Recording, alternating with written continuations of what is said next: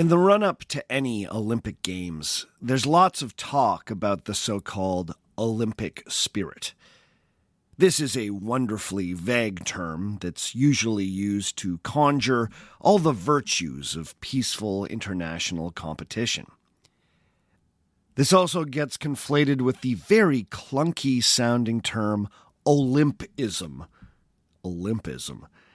The International Olympic Committee defines Olympism as, quote, a philosophy of life exalting and combining in a balanced whole the qualities of body, will, and mind, end quote. In their estimation, the Olympic spirit, quote, requires mutual understanding with a spirit of friendship, solidarity, and fair play, end quote. This is the Olympics at their most warm and fuzzy. The idea is that Olympic greatness comes not from achieving gold, but rather in demonstrating virtue through an honest effort and sportsmanlike disposition. In the late 19th century, the chief Olympic revivalist, Baron Pierre de Coubertin, once wrote, quote, the most important thing in the Olympic Games is not to win, but to take part, just as the most important thing in life is not the triumph, but the struggle. The essential thing is not to have conquered, but to have fought well, end quote.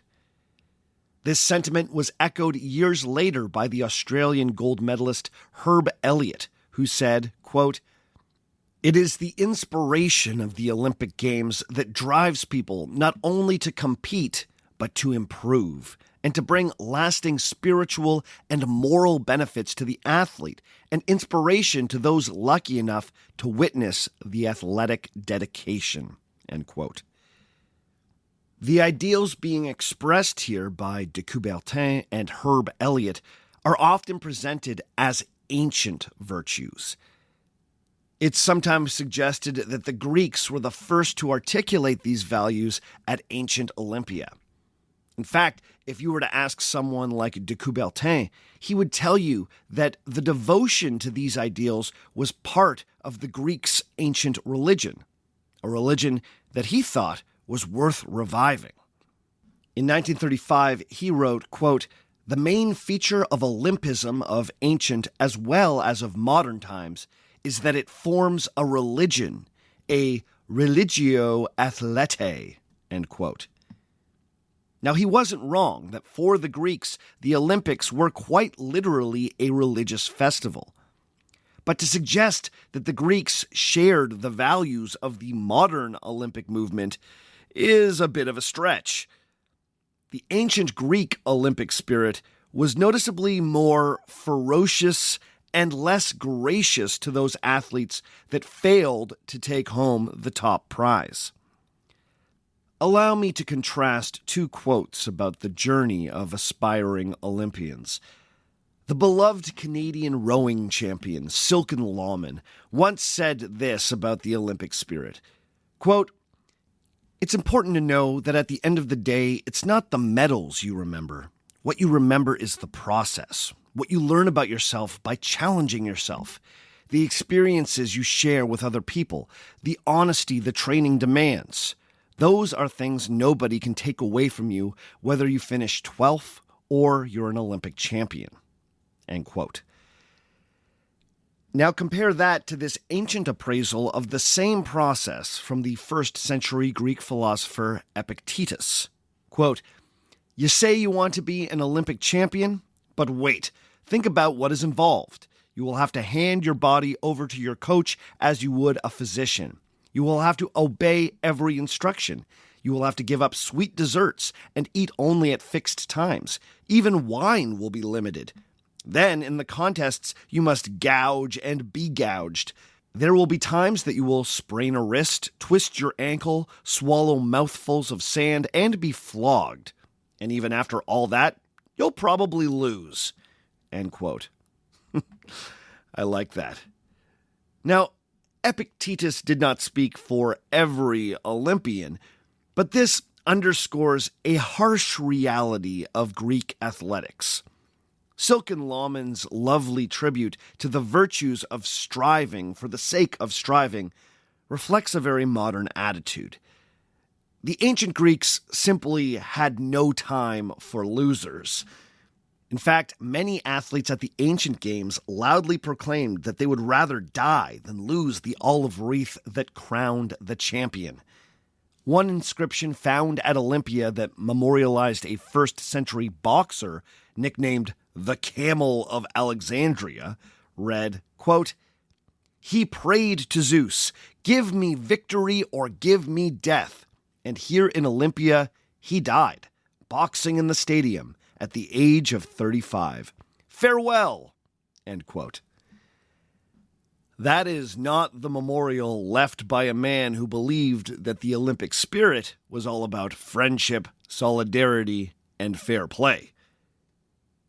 One modern Olympian who was perhaps best in tune with the ancient Greek approach to the games was the celebrated American gold medalist Jesse Owens.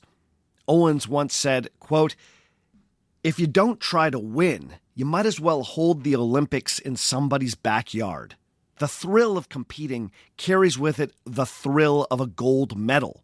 One wants to win to prove himself the best," end quote. That is an ancient Greek attitude right there. With that in mind, it should come as no surprise that the ancient games were just as riddled with scandal and cheating controversies as the modern games. When the ancient Greek Olympians approached the stadium for the official start of the games, one of the last things they saw was a string of statues of Zeus, known as the Zanes. The Zanes had been built entirely with money raised from fining Olympic cheaters. Enough money had been raised over the years to erect 16 statues of Zeus. Each statue was then inscribed with a poem warning competitors against cheating. That's right, cheating was common enough at the ancient games that athletes were required to read 16 poems about why they should not cheat before they could head into the stadium. The most common form of ancient Olympic chicanery came in the form of bribes. Quite simply, athletes would be paid to throw a match. In the book The Naked Olympics, which has been a very helpful source for this series, the author Tony Peritet details a number of these cheating scandals. He explains that the first of the Zanes were erected in the aftermath of the games of 388 BC, when a boxer named Eubulus of Thessaly was discovered to have paid 3 of his opponents to lose their bouts against him.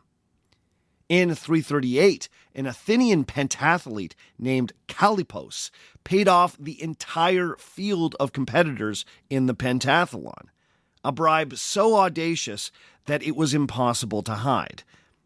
This act of cheating was considered so egregious by the Olympic judges that a huge fine was levied not just on Callippos, but the city of Athens itself. The Athenians were so outraged by the decision of the Olympic judges to hold the city responsible that they responded much in the same way that a modern state would. They boycotted the games. The Athenians finally relented and paid the fine only after the oracle at Delphi refused to provide any fresh prophecies for the city until the matter was settled. And these were just the most high-profile cheating scandals. The Roman-era writer Pausanias was shocked at how willing many athletes were to risk a curse from Zeus himself and cheat at the Olympics. He pointed out that small-time bribes went on all the time, even in the host city of Elis. There he had heard of a father who had fallen so low as to bribe the father of another competitor so his son could win a wrestling match. Just as worrisome to the ancient judges as bribes were illegal performance enhancers. In ancient Greece, this meant athletes who had been messing with magic. There was a strict ban on imbibing magical potions or wearing quote-unquote victory charms. But the bigger worry was that athletes would attempt to curse their competitors. Tony Perrottet explains, quote, "The more vindictive competitors might direct black magic toward their opponents. Curses would be engraved on thin sheets of lead, rolled up and buried in cemeteries, or tossed into wells where the dead could carry them to Hades." End quote. Archaeologists have recovered a few of these athletically focused curse tablets.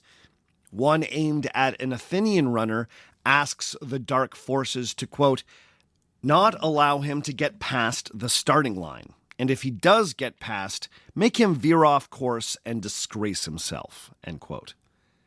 Another curse aimed at a wrestler named Eutychion explains, quote, "let him be deaf, dumb, mindless, harmless, and unable to fight against anyone." End quote. The only protection against these curses came directly from the gods. So it was that before the start of the ancient Olympics, all the competitors, their trainers, their fathers, and their brothers were made to stand in front of a particularly fearsome bronze statue of Zeus Horkios. That is, Zeus in his form as the god of oaths.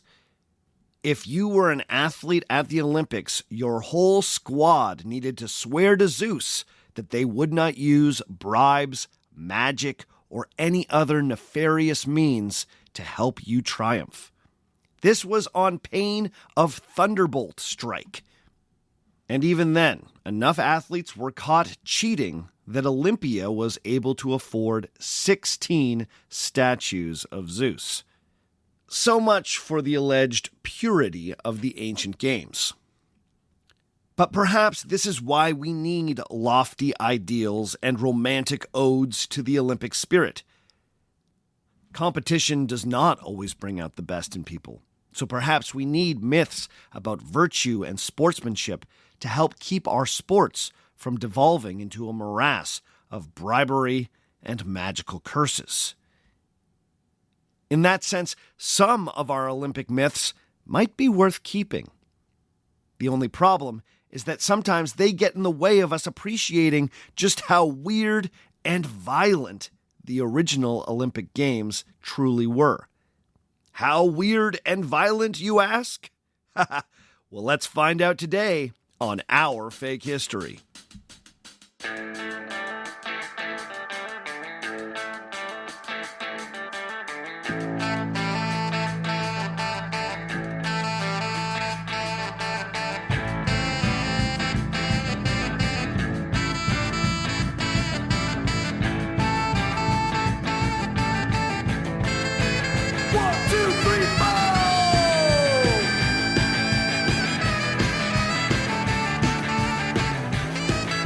Episode number 208, What Are the Olympic Myths? Part 2. Hello and welcome to Our Fake History. My name is Sebastian Major, and this is the podcast where we explore historical myths and try to determine what's fact, what's fiction, and what is such a good story it simply must be told. Before we get going this week, I just want to remind everyone listening that an ad-free version of this podcast is available through Patreon. Just go to patreon.com/ourfakehistory and start supporting at $5 or more every month to get access to an ad-free feed, hours of exclusive extra episodes, and the ability to vote on future extras. No joke, the patrons are the financial backbone of this podcast. So if you like Our Fake History and you want to keep it coming, and you want a buttload of fun extras, then please head over to patreon.com/ourfakehistory and find a level of support that works for you. You can support for as little as $1 American dollar a month and get access to some select extras. This might be the last thing on earth that you can get for just $1. So, now we're talking great deals. This week, we are continuing our look at the Olympics. This is part 2 of what is going to be a trilogy of episodes tracing the evolution of the Olympic Games. So, if you've not heard part 1, you may want to go back and give that a listen now. If there's an event more steeped in fake history than the modern Olympic Games, then I'm not sure what it is. In the late 19th century, the modern Olympics presented itself as a revival of a noble ancient Greek festival. However, as we saw in the last episode, the late 19th century understanding of the ancient Olympics was fairly romantic. The Olympic revivalists, like the French Baron Pierre de Coubertin, cherry-picked elements from antiquity to revive and straight-up invented new rituals meant to feel ancient in their presentation. So, in part 1, we started exploring what we actually know about the ancient games in the Greek sanctuary of Olympia. What we discovered was that the Greeks had their own mythology surrounding the Olympics. These included stories about heroes like Heracles and Pelops inaugurating the first games. We also explored the official story of the games' founding in 776 BC and questioned whether or not it may have been a canny piece of fake history. That tale, which was supported by a dubious engraved discus, may have been created to support the claim of the city of Elis over the Olympic site. From there, we explored the idea of the Olympic truce and busted the myth that all conflict stopped in Greece during the Olympic Games. Not only was that an exaggeration, there was even one notorious instance when the games themselves were attacked by an invading army. We finished off by looking at the evolution of the ancient Olympic events and explored exactly who was allowed to compete in the ancient Olympics. This brings me to something I didn't get a chance to address in the last episode. When the Olympics were revived in 1896, one of the most important rules when it came to who could and who could not participate had to do with the concept of amateurism. The modern Olympics were meant to be a celebration of amateur athletes. These were athletes who had never received money for competing, and in the earliest days, they had to swear that they would not ever be paid as an athlete. This was thought to ensure the purity of the competition. It was argued that amateur athletes were of a more upright moral character. They were more virtuous and more sportsmanlike than their professional counterparts, or so went the thinking. The truth was that this meant that Olympians could only be drawn from the wealthier classes, who had the leisure time and the disposable income to pursue high-level athletics without compensation. Now, it was argued that at the ancient games in Olympia, all the athletes had been amateurs. The controversial IOC president from 1952 to 1972, Avery Brundage, often made that point. He once said, quote, "The amateur code coming to us from antiquity, contributed to and strengthened by the noblest aspirations of great men of each generation, embraces the highest moral laws. No philosophy, no religion preaches loftier sentiments." End quote. I mean, that quote kind of says it all. Not only was amateurism a value inherited from the ancient Greeks, amateur athletes were simply a better caliber of human being, at least according to Avery Brundage. But right from the outset, enforcing this amateur code at the Olympics proved to be complicated and inconsistent. At the earliest games, professional fencing masters were allowed to compete, despite the fact that many of them were paid salaries by their country's military. The IOC also turned a blind eye towards professional cyclists, who competed in the first 3 modern Olympiads. But while there was lenience for these professionals, the IOC would occasionally come down hard on an athlete who was discovered to have violated the so-called amateur code. The best-known early example of this came in 1913, when the indigenous American athlete Jim Thorpe was stripped of the gold medals he won in the pentathlon and the decathlon at the 1912 Olympic Games in Stockholm. This was because it was discovered that during Thorpe's college days, he had spent his summers playing semi-professional baseball, where he was paid a pittance of $2 a game. The truth was that many college athletes did this, but most of them competed under fake names, just in case they ever wanted to go to the Olympics.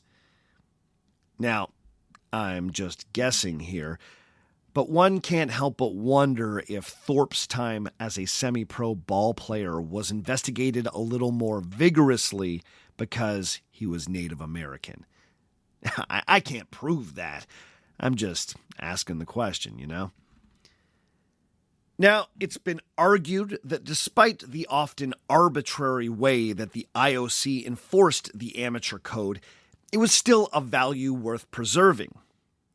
The argument goes that the amateur code kept the Olympics from succumbing to a certain kind of crass commercialism. When the Olympics finally embraced professional athletes, some argued that it had completed its transformation into a sports entertainment product. There were some who lamented that Baron de Coubertin's belief that the Olympics should be a sacred event meant to encourage the physical and moral development of young adults had been cast aside. But it needs to be said, whatever the value of amateurism might be, we should know that it was not an ancient Greek value at all. The idea that the competitors at the ancient Olympics were amateurs is a historical myth. First, the ancient Greeks didn't even have the concept of an amateur. They didn't even have a word for it. Many of the competitors at the ancient games in Olympia were supported by stipends paid by their home cities. Many more competed for cash prizes in other events all over the Mediterranean. This was especially true of the boxers and wrestlers, for whom prize fights were incredibly common. Now, interestingly, there was once an Alexandrian boxer who was barred from participating in the 93 AD Olympics after it was discovered that he had been competing in prize fights in Asia Minor. According to the author Tony Peritet, this guy was nicknamed the Sprinkler, thanks to his habit of making his opponents spray blood around the ring. I love that, the Sprinkler. Anyway, the Sprinkler was kept from competing not because he had accepted money to box, but because the prize fights had made him late to arrive for the official registration in the city of Elis. The Sprinkler had apparently given the excuse that he was late because his ship was delayed by a storm, until another athlete sold him out. Prize fights were all good in the eyes of the Olympic judges. Tardiness, not so much. The veneration of amateur athletes is very much a 19th century ideal. It comes out of a very specific British sporting culture that was developed in the upper crust private schools, or as they call them, public schools in the UK. It's no secret that Pierre de Coubertin admired this aspect of aristocratic British sporting culture. His ideal Olympic athlete was an aristocratic man of means who had used the leisure time afforded to him by his class to develop both his body and a code of gentlemanly conduct. Coubertin thought that this type of athlete could be a role model for people from all walks of life.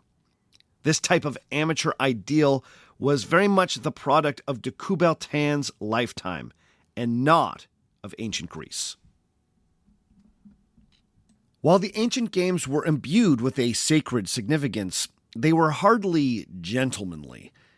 De Coubertin once wrote, quote, Anyone who studies the ancient games will perceive that their deep significance was due to two principal elements: beauty and reverence." End quote. He may have had a point about reverence, given the game's deep connection to the veneration of Zeus, king of the gods. But beauty? I'm not so sure. In fact, as someone who has studied the ancient games, I've come across a lot that's pretty ugly. So just how far were the ancient games from de Coubertin's imagined ideal? Well, let's head back to ancient Olympia and see just how weird things got.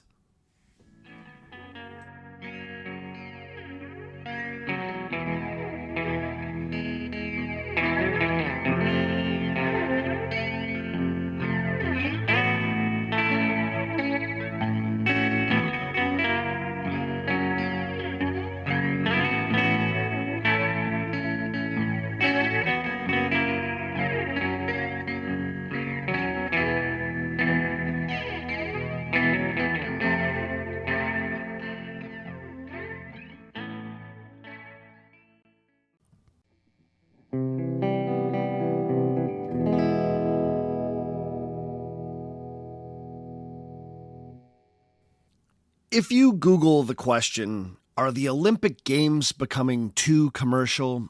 you will quickly be directed to a long list of editorials and spirited debates examining exactly that. While there are many opinions about this, it won't take you long to find a pundit, cultural critic, or sports writer who is lamenting the corrosive effects that unbridled capitalism has had on the games.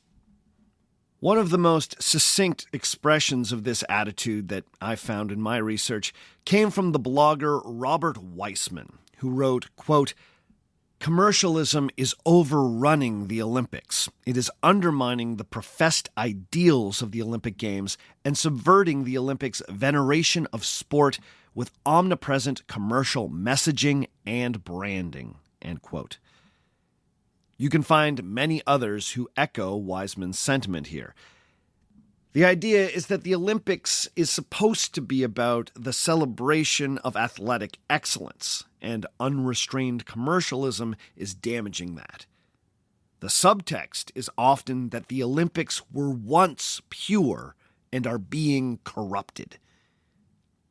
Now, I would agree that the forces of commercialism have become more intense, not just at the Olympics, but in all aspects of life in the last half-century.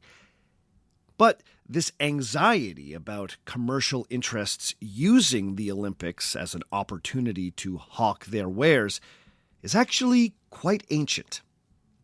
The original games at Olympia were not simply a religious pilgrimage paired with austere and reverent athletic competitions. The some 40,000 spectators who came to Olympia every 4 years brought with them a secular festival that was part marketplace, part carnival, and part brothel. In the year 100 AD, the Roman writer known as Dio the Golden-Tongued wrote this of Olympia while the games were on. Quote, "It was an excellent place to be if you wanted to hear crowds of wretched philosophers heaping abuse on one another, an endless number of historians reading out their imbecilic writings, innumerable poets reciting their drivel to the wild applause of other poets, gaggles of magicians showing their tricks, throngs of fortune-tellers telling fortunes, countless lawyers perverting justice, or armies of peddlers hawking whatever rubbish came to hand." End quote. As Dio suggests, the ancient Olympics had a reputation for attracting both peddlers of chintzy wares as well as authors, artists, lawyers, and politicians looking to drum up a little publicity. A few millennia before the invention of mass media, Olympia was one of the few places where you could get the attention of the wider Greek world. One thing that I found particularly fascinating was that historians used the Olympics as an opportunity to promote their work. The most famous of these was our old buddy, the patron saint of this podcast, Herodotus, father of history, father of lies. In 440 BC, after Herodotus finished his renowned work on the Persian Wars, he apparently journeyed to Olympia to stage what may have been history's first book launch. The Roman writer Lucian related this story many centuries after the fact, so take it with the appropriate grain of salt. But he tells us that, quote, behaving less like a spectator than an athletic contestant, end quote, Herodotus paraded into the temple of Zeus and started loudly reading from his new book. This apparently attracted a crowd. Lucian tells us, quote, it was not long until he was better known than the Olympic victors. There was no man in Greece who hadn't heard the name of Herodotus, either because they had been at Olympia or they were told about him by returning spectators, end quote. So, if we trust Lucian on this one, then the Western tradition of history writing was popularized thanks to a clever act of Olympic-adjacent promotion. Also, did we just all learn that Herodotus invented the History podcast? Maybe that's a stretch. Anyway, apparently other historians followed suit, including the other giant of Greek history writing, Thucydides. According to the author Tony Peritet, there's a legend that Thucydides was in the crowd at Olympia when Herodotus did his reading, and apparently he was moved to tears. When Thucydides completed his work on the Peloponnesian War, he too debuted it at the Olympics. But that story is not as well attested to, so be careful when telling your friends about that one. And if you're concerned that this type of shameless self-promotion was beneath the dignity of the Olympics, you should remember that most ancient authors comment on the fact that the fringes of the Olympic Games were dominated by sex workers. In fact, every 4 years, Olympia became a hub for the ancient Mediterranean sex trade. The point is that at ancient Olympia, the Greeks did not nobly set aside earthly concerns to venerate pure athleticism. All these things mingled together. Even the Temple of Zeus could become the venue for an informal book launch. While many loved the messy spectacle of the ancient Olympics, some Greek thinkers thought that the whole thing was tacky, and maybe even bad for society. Now, these folks were certainly in the minority, but there were some well-known figures who thought that the Greek obsession with sport was unhealthy. One was the Greek philosopher Diogenes, who lived at the time of Alexander the Great. Diogenes is notorious in the Western philosophical tradition for his salty takes and his rough lifestyle. My friend and fellow podcaster Daniele Bolelli once called him the punk rocker of ancient Greece, and I think that's awesome.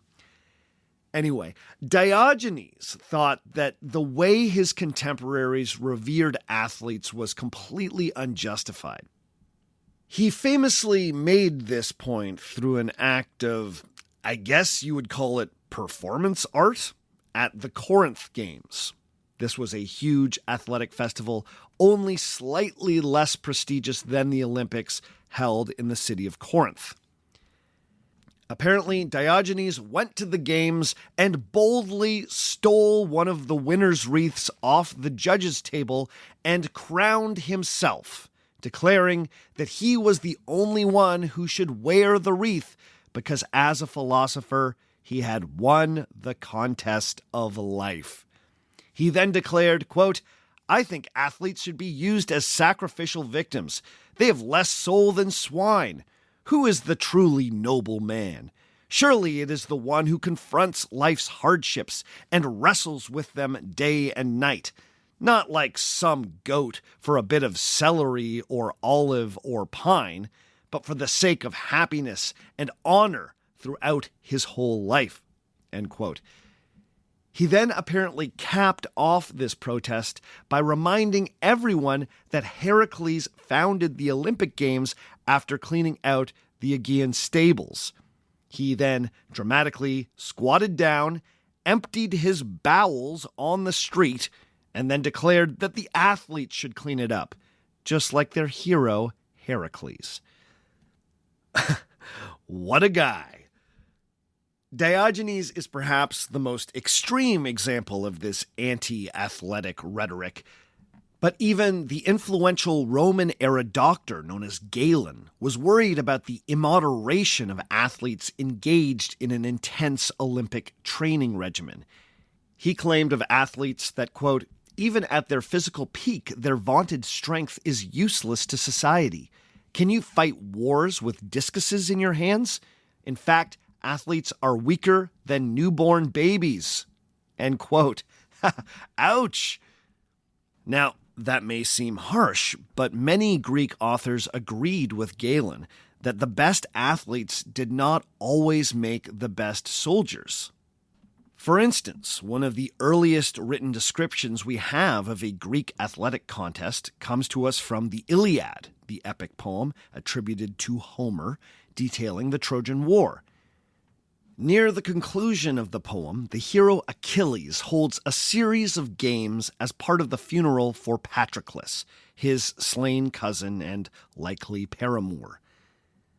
Many experts, like historian Nigel Spivey, believe that Homer's descriptions of these contests might not truly reflect Bronze Age athletics, which is when the story was set, but they may give an insight into how games were run at the time when the Iliad was written down, around the 8th century BC.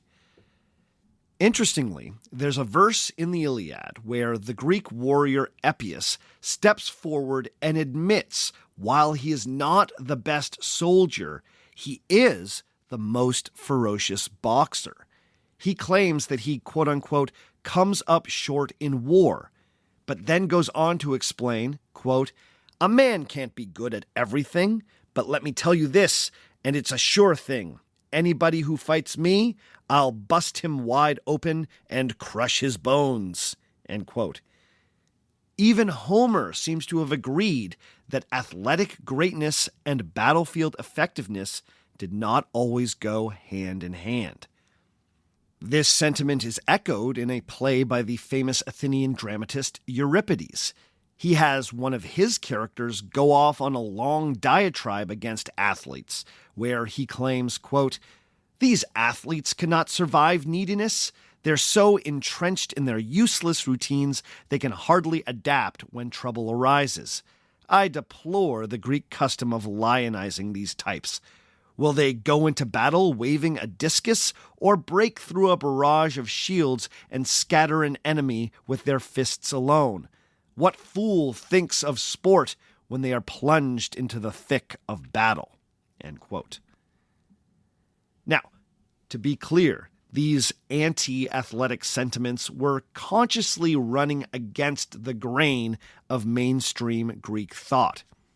As Euripides' character points out, the Greeks lionized their athletes. And yet, I think it's worth noting that fairly early on in the development of Greek athletics, a vocal minority of thinkers were pointing out that sports had stopped serving the function of training soldiers. Athletes and soldiers were a different breed. But that's not to say that ancient Olympians weren't ferocious in their own right. The modern Olympics were founded to promote the values of sportsmanship, fair play, and perhaps most idealistically, peace among nations.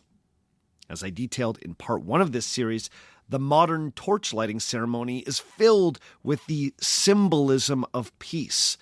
The runner is handed an olive branch. A single white dove is released by a priestess. The modern Olympics even awards a special medal named for Pierre de Coubertin to athletes who demonstrate the spirit of sportsmanship and cooperation.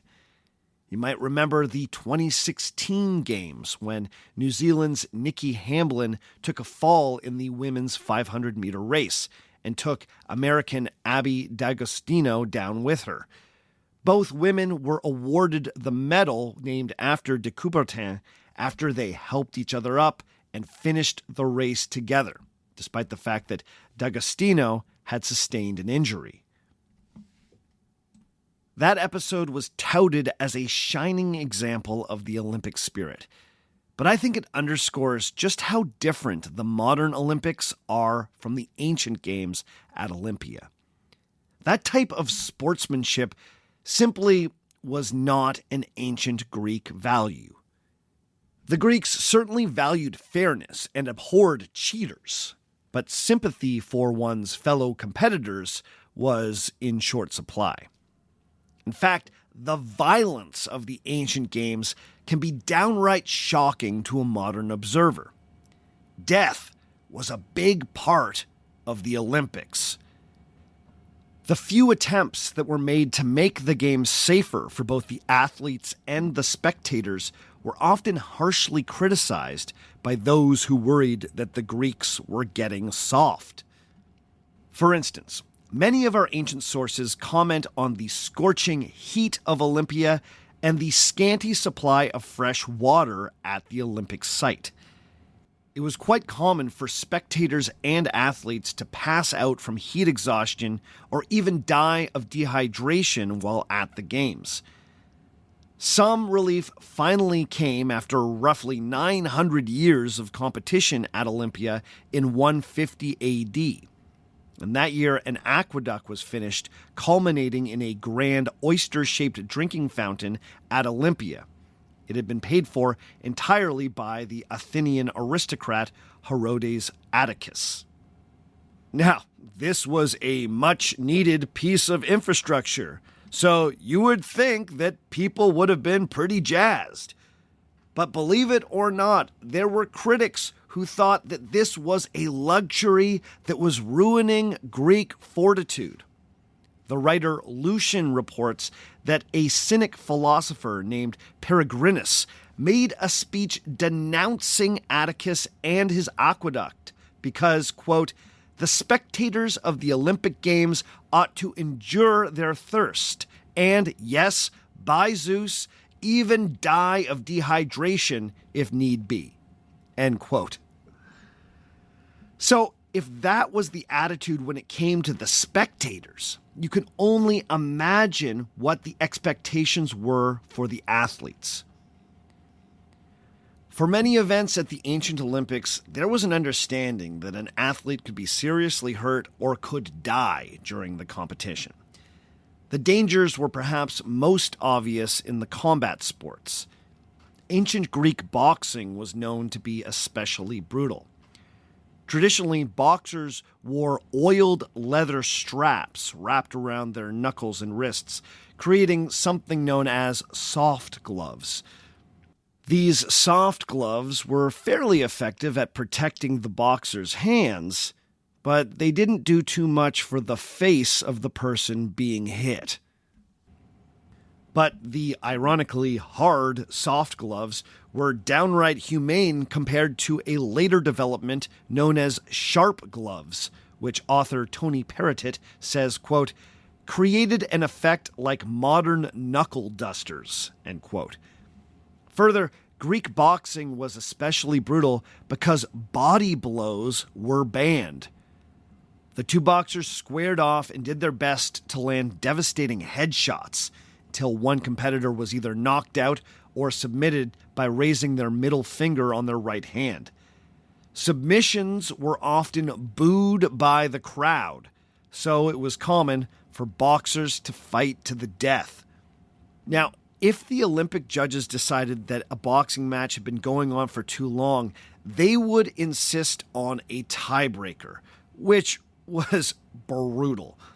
The boxers were separated, and then each fighter was given a chance to land an undefended blow on their opponent. This would keep going until one man was knocked out or submitted. Once again, I'll quote from Tony Peritet, who relates a particularly horrific tiebreaker in his book. He writes, quote, "In one famous tiebreaker at Nemea, a certain Demoxenos of Syracuse jabbed out with his outstretched fingers, pierced the skin, and pulled out his opponent's intestines. The judges denied Demoxenos the victory, not for killing the other boxer, but on the obscure technicality that he had actually struck 4 blows, one for each of his fingers." End quote. Oh my goodness gracious. So yeah, if we trust that story, then ancient boxing had more in common with the video game Mortal Kombat than most modern sports. But what really strikes me about that anecdote is that the death of a competitor is not what troubled the judges. Dying while competing was considered quite honorable. Just as deadly as the boxing matches was the event known as the Pankration, which was a type of no-holds-barred combat that combined wrestling, boxing, and really anything else you could do to hurt your opponent. The only move banned in the Pankration was the gouging of eyes. But everything else, we're talking shots to the genitals, biting, and straight-up strangulation, was permitted. Some athletes became experts at gaining submissions through dealing out extremely painful but non-deadly injuries to their competitors.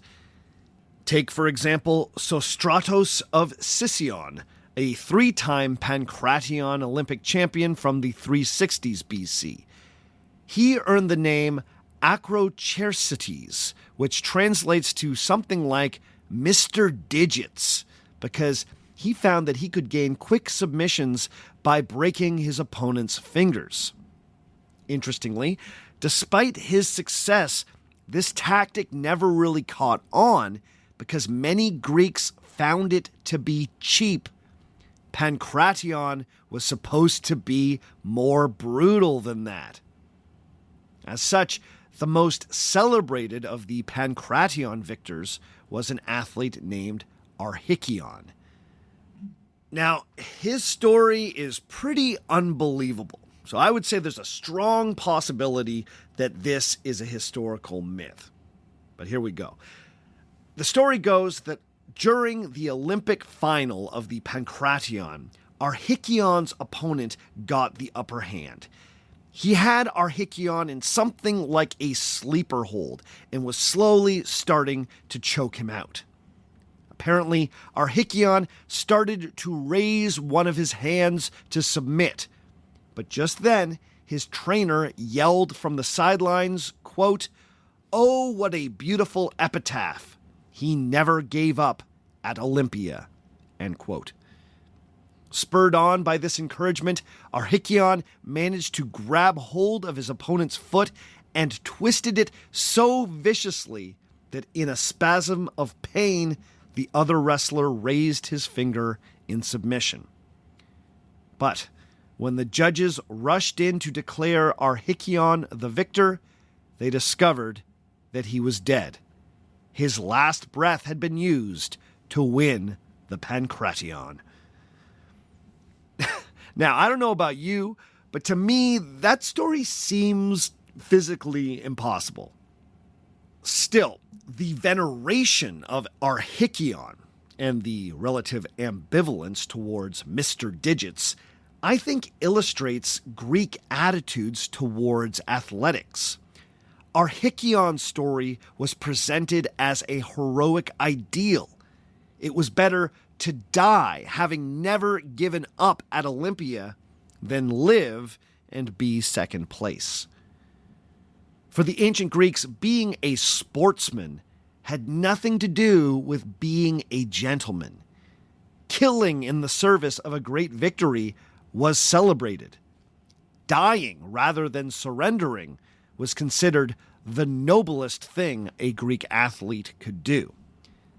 The idea of stopping and generously helping a fellow athlete who had stumbled likely would not have occurred to these ancient athletes.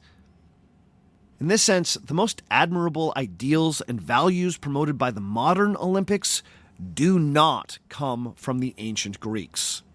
A sporting event based on the shared dignity of the athletes, a commitment to cooperation and fair play, is a very modern idea.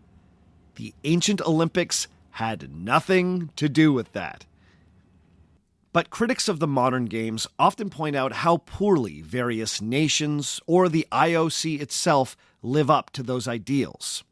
It's a rare modern Olympics that isn't mired in some kind of scandal.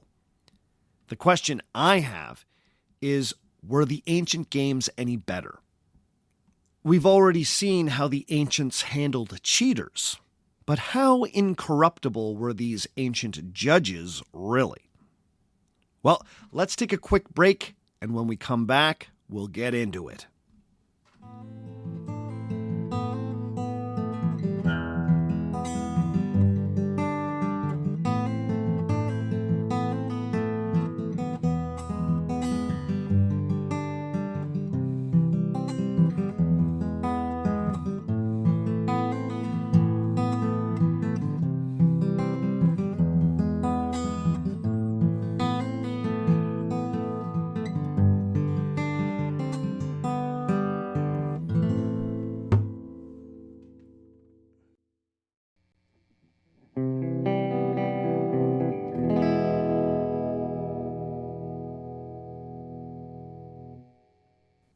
When trying to judge just how clean or corrupt the ancient games were, it's good to zoom out and put them in the wider context of ancient Mediterranean athletics.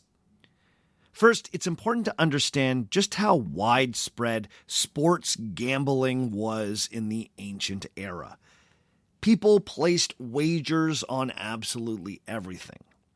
Obviously, the more money that was riding on an event, the greater likelihood that someone would try and rig the outcome. This was especially common in combat sports and in chariot racing. In this way, the ancient Mediterranean wasn't all that different from the sporting culture of the early 20th century, when the worlds of boxing and horse racing were famously corrupt.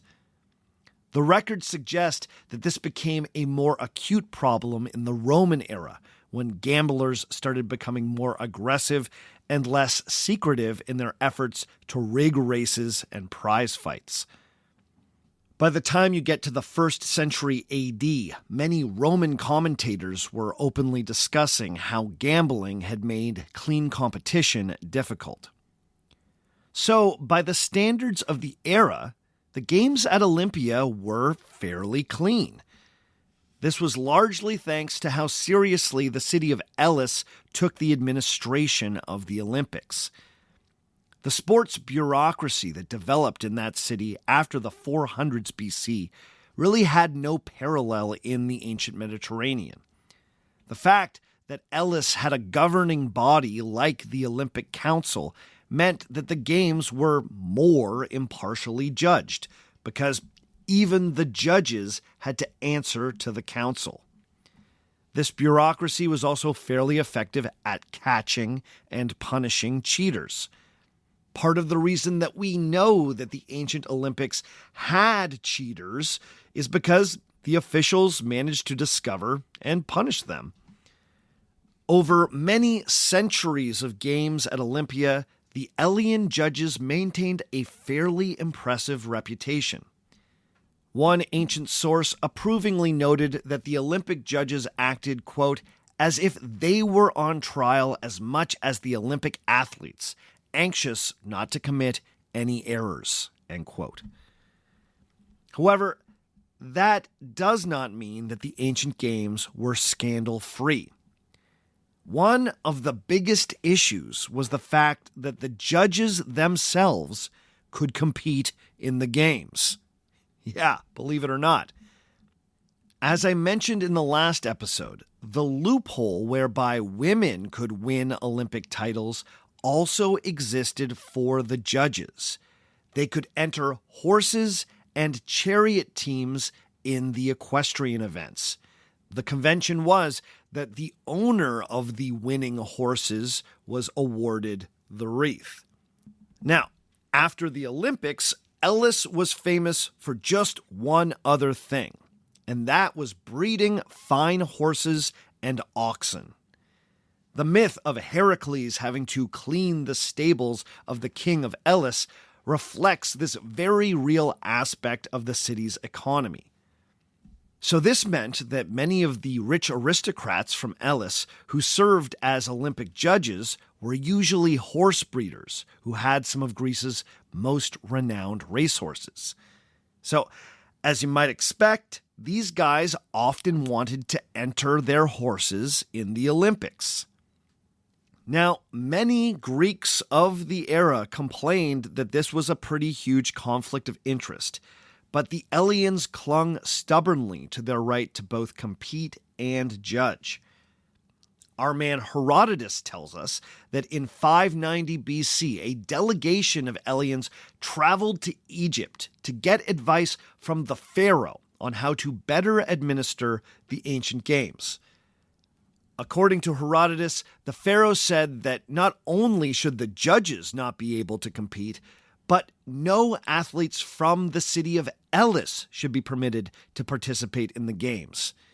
In the pharaoh's estimation, if anyone from Elis was competing, there would always be a suspicion that the judges were biased in favor of the hometown athletes. Allegedly, the annoyed delegation thanked the pharaoh and then promptly ignored all of his advice. Now, remember, our source for this story is Herodotus, father of history, father of lies. So there's a very good chance that this trip to Egypt never actually happened. But the story illustrates that by the time that Herodotus was writing, in the mid-400s BC, most Greeks understood that it was problematic that the Eleans could compete, and downright scandalous that the judges themselves could become Olympic champions. As Herodotus's pharaoh correctly predicted, there was often grumbling that in close decisions, the Elean judges favored local athletes. One of the better-known scandals came in 396 BC and was around the judging of the foot race known as the Stade, or the Stadion. This was a roughly 200-meter sprint, so named because it stretched one length of the ancient Olympic Stadium. In many ways, this was the signature Olympic event. Tradition held that it was the oldest event at the Olympics, and in many ways, it came with the greatest prestige. If you won the Stade, your name would literally be used to mark history. What do I mean by that? The ancient Greeks used the Olympics as a signpost in their dating system. The winner of the Stade would always be connected to the year that they won. Author Tony Peritet has pointed out that the Greeks referred to the year 457 BC as, quote, the third year of the 80th Olympiad when Ladas of Argos won the Stadion, end quote. That runner, Ladas of Argos, quite literally went down in history.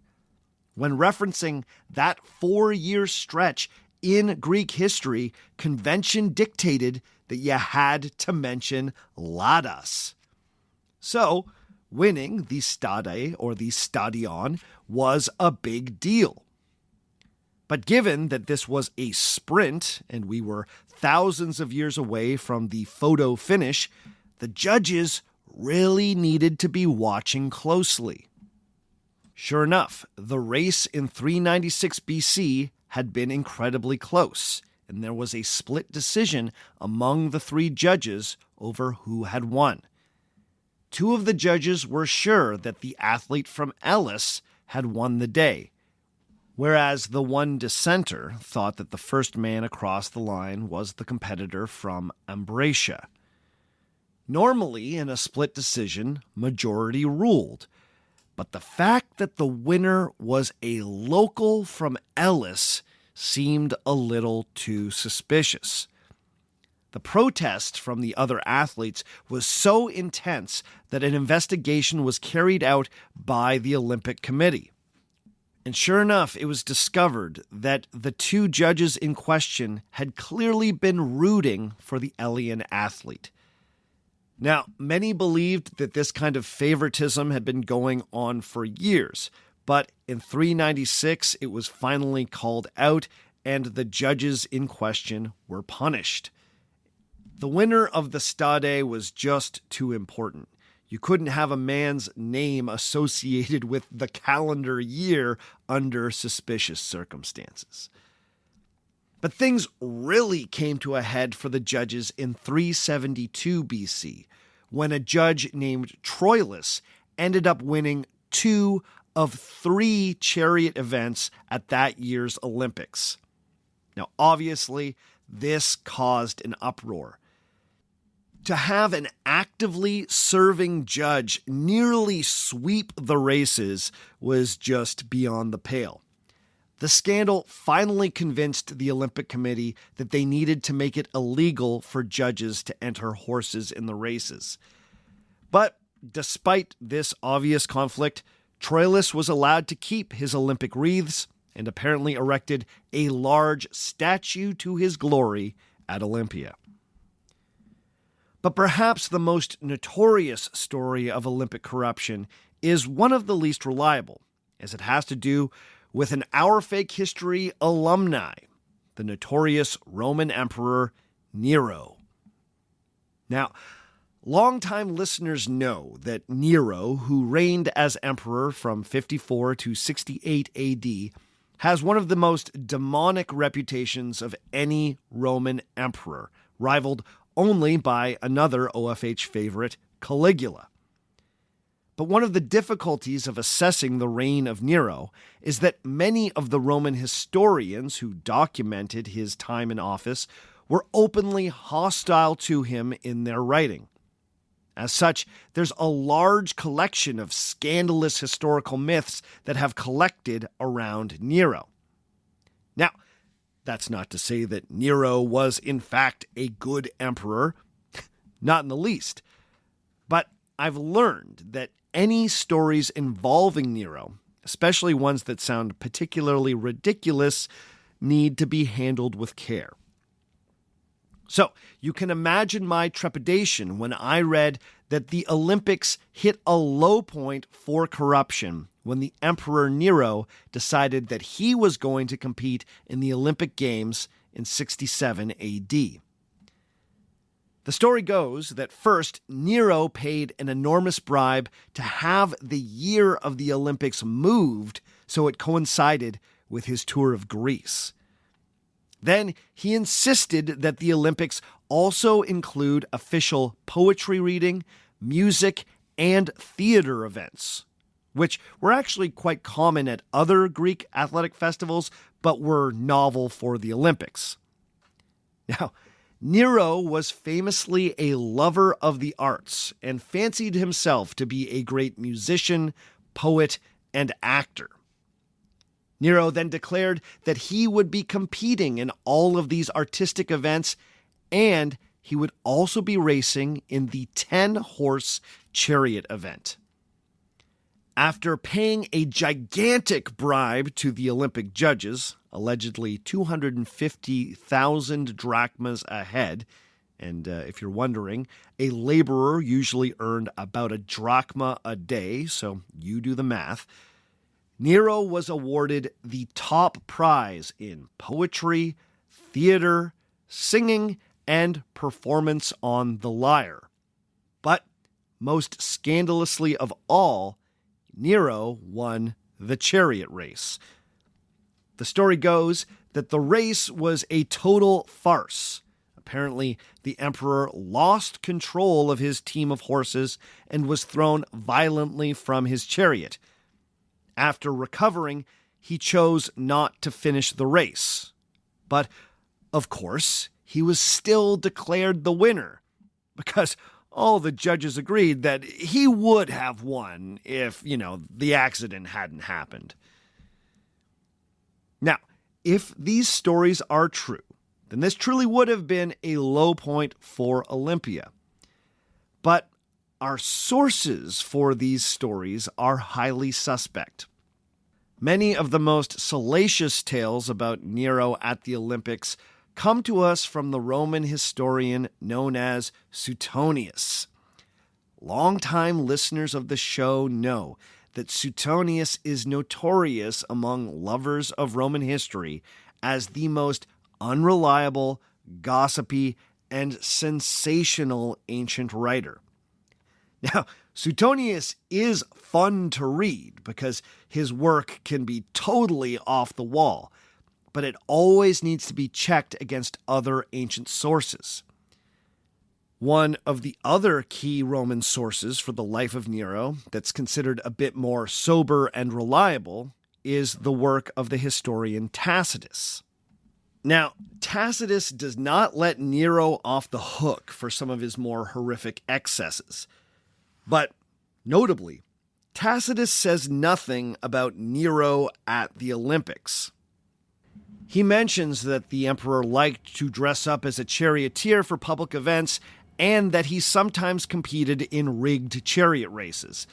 But he never once mentions that stuff in connection to the Olympics. These Olympic episodes simply do not appear in Tacitus, unless I miss something. There are also some things about Suetonius's descriptions of Nero at the Olympics that should perhaps raise the eyebrows of a critical reader.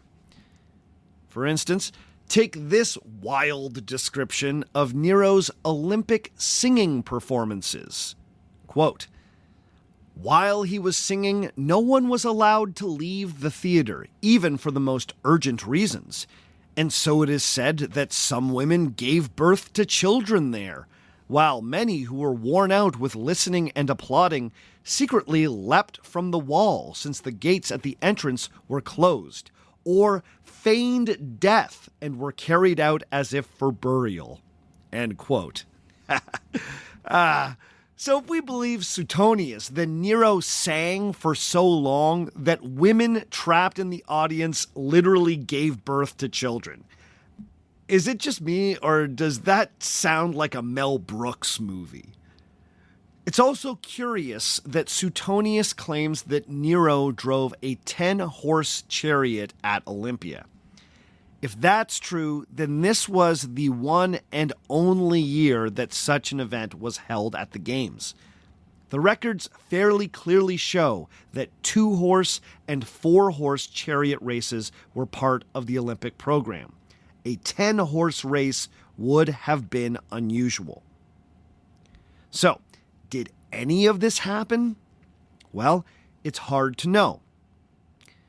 Another Roman historian, Cassius Dio, also reports that Nero bribed the Olympic judges and was awarded the champion's wreath despite having fallen from his chariot during the race. Dio also tells us that one of Nero's successors, the more frugal emperor Galba, went back to Olympia and demanded that the judges repay their bribes.